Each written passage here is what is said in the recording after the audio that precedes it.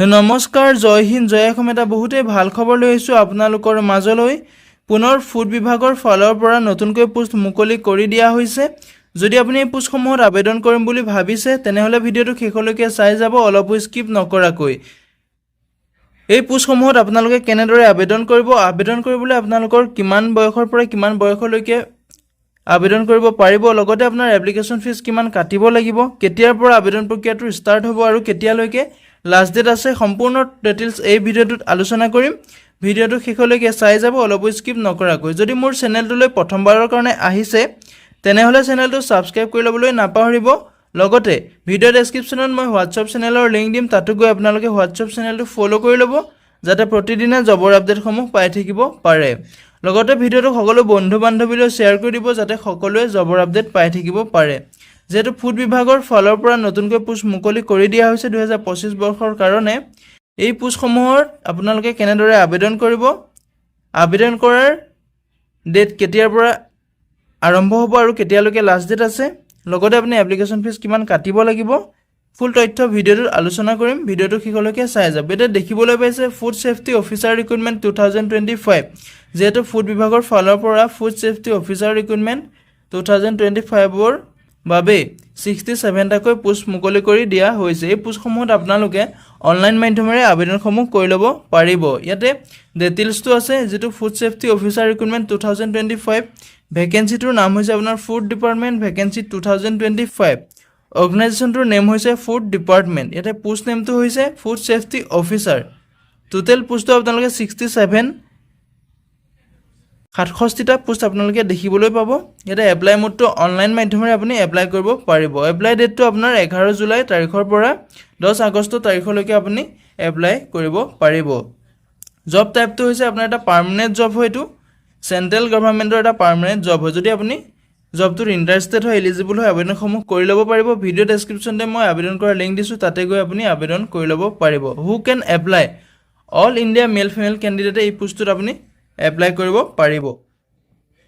ইয়াতে যিটো food safety officer recruitment 2025ৰ চেলাৰী ডিটেইলছটো হৈছে আপোনাৰ মন্থলি চেলাৰীটো 36,200ৰ পৰা 36,200 টকাৰ পৰা আপোনাৰ 1,14,800 টকালৈকে আপোনাৰ চেলাৰীটো পাব। ইয়াতে যিটো বয়সৰ সময়সীমা দিয়া আছে, মিনিমাম এজ আপোনাৰ 21 বছৰৰ পৰা এই পোষ্টসমূহত আবেদন কৰিব পাৰিব, মেক্সিমাম আপোনাৰ 40 বছৰলৈকে আবেদন কৰিব পাৰিব। লগতে আপোনাৰ এপ্লিকেশ্যন ফিজটো ইয়াতে দিয়া আছে for general OBC and all other states. আপুনি যদি জেনেৰেল OBCৰ হয় বা অদাৰ ষ্টেট হয়, তাত আপোনাৰ 500 টকাকৈ এপ্লিকেশ্যন ফিজ কাটিব লাগিব। যদি আপুনি SC ST PWD হয়, তাত আপুনি 250 টকাকৈ এপ্লিকেশ্যন ফিজ কাটিব লাগিব। পে'মেণ্ট মোডটো আপোনালোকে অনলাইন মাধ্যমেৰে পে'মেণ্ট কৰিব পাৰিব। PhonePe', Google pay', net banking মাধ্যমেৰে আপুনি পে'মেণ্ট কৰিব পাৰিব। ইয়াতে চিলেকশ্যন প্ৰচেছটো আপোনাৰ ফাৰ্ষ্ট এটা ৰিটেন এক্সাম হ'ব, OMR বেছে হ'ব।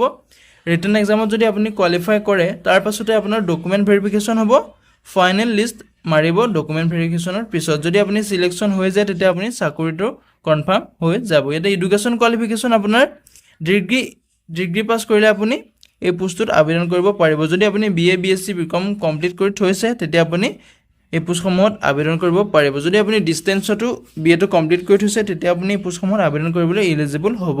ইম্পৰ্টেণ্ট ডকুমেণ্ট আপুনি আবেদন কৰাৰ সময়ত কি ডকুমেণ্ট লাগিব, ইয়াতে পাছপৰ্ট চাইজ ফটোগ্ৰাফ লাগিব, ছিগনেচাৰ লাগিব, আধাৰ কাৰ্ড লাগিব, এডুকেশ্যন চাৰ্টিফিকেট লাগিব, কাষ্ট চাৰ্টিফিকেট লাগিব, লগতে আপোনাৰ বয়সৰ প্ৰমাণপত্ৰ লাগিব। আপুনি বয়সৰ প্ৰমাণপত্ৰৰ কাৰণে আধাৰ কাৰ্ড, মেট্ৰিকৰ এডমিট কাৰ্ড দিব পাৰিব। যদি আপুনি এই পোষ্টসমূহ ইণ্টাৰেষ্টেড হয়, এলিজিবল হয়, ভিডিঅ' ডেছক্ৰিপশ্যনতে মই এপ্লাই কৰাৰ লিংক দিম, তাতে গৈ আপুনি এপ্লাই কৰি ল'ব পাৰিব। যিহেতু অনলাইন ফৰ্ম ষ্টাৰ্টিং ডেট আপোনাৰ এপ্লাই প্ৰচেছটো আপোনাৰ 11 জুলাই তাৰিখৰ পৰা এপ্লাই ষ্টাৰ্ট হৈ যাব। লাষ্ট ডেটটো আপোনাৰ 10 আগষ্টলৈকে এই পোষ্টসমূহত আবেদন কৰিব পাৰিব। যদি আপুনি পোষ্টসমূহত আবেদন কৰিম বুলি ভাবিছে, তেনেহ'লে ভিডিঅ' ডেছক্ৰিপশ্যন চেক আউট কৰিব, তাতে মই এপ্লিকেশ্যন লিংক দিয়া আছে, তাতে ক্লিক কৰি আপুনি আবেদন কৰি ল'ব পাৰিব।